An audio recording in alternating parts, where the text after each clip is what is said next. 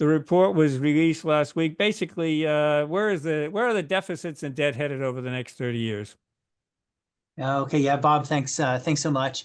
And you're right, there's a lot of uncertainty, and we should for sure talk about that. Even with that uncertainty, it's clear that our fiscal situation is unsustainable, that we have rising debt, we have very high deficits compared to our historical average, and those deficits persist. And that's what drives the rising debt. And that fiscal situation in turn feeds back to affect the economy and negatively affect the economy. And there's a sense in which the fiscal trajectory over time will undermine some of the foundations of our economy. And it could be in a slow way, the sort of undermining and sapping our growth.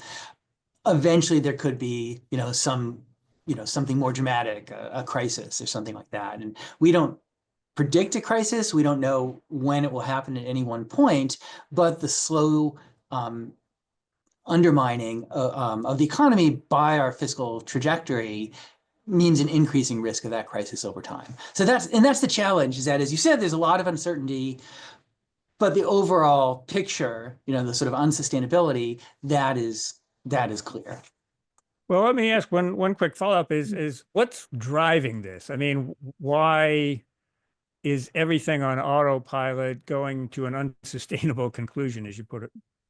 Yeah. And so this is where it's important to just mention what you said at the beginning and just explain it a little bit more about the nonpartisan role of the CBO. And it's both nonpartisan, that we don't have a side. We work with everyone. Every member of Congress is my favorite member.